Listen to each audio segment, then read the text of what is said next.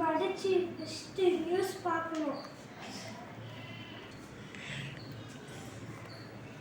சரி, இப்பவே ரிமோட்டு. இன்றைய முக்கிய செய்திகள்.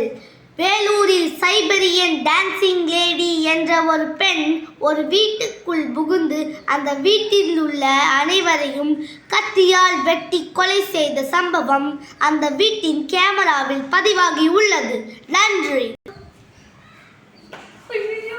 ரொம்ப பயமா இருக்கு. டான்சிங் லேடி வரலாம் இருக்குன்னு சொல்றாங்களே. ஐயோ, என்ன பண்றது? நம்ம எப்பவுமே சயின்டிஸ்ட் சந்திரிகாவை கால் பண்ணோம். சரி, ஃபோன் இருக்கு. ஹலோ, சயின்டிஸ்ட் சந்திரிகாவா? நீதானா? சரி, கொஞ்சம். நான் தாங்க. சொல்லுங்க, என்ன பிரச்சனை? உடனே வீட்டுக்கு வரீங்களா சந்திரிகா?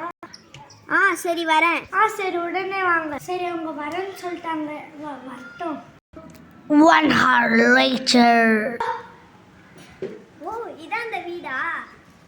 ராகவ், ராகவ், ராகவ். இந்த குரல் கேட்குது. சந்திரிகாவாக தான் இருக்கு. வாங்க.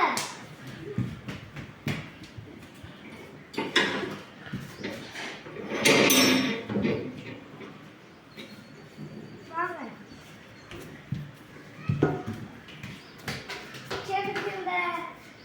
எனக்கு இந்த டான்சிங் லேடி பற்றி ஒரு டவுட். அப்படியா? ஆமா சந்திரிகா. சரி, உக்காருங்க. சரி, என்ன நடந்துச்சுன்னு சொல்லுங்க. என் கனவுல டான்சிங் லேடி வந்துச்சு. நனவாயிடும்னு பயமா இருக்கு. ஓ, அப்படியா? அதான் உங்களுக்கு கால் பண்ணேன். இந்த புக்கில் வந்து டான்சிங் லேடி பற்றி ஒரு குறிப்பு இருக்கு, அதை காமிக்கிறேன் வாங்க. சரி. பாருங்க.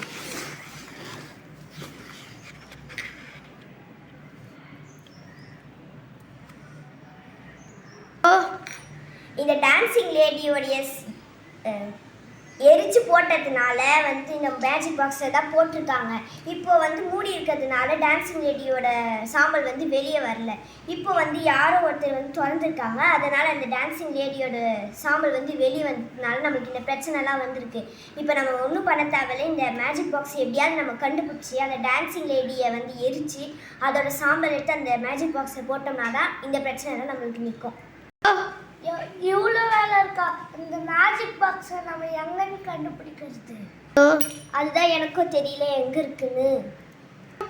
அது நம்ம எப்படியாச்சும் கண்டுபிடிச்சே ஆகணும் சந்திரிகா.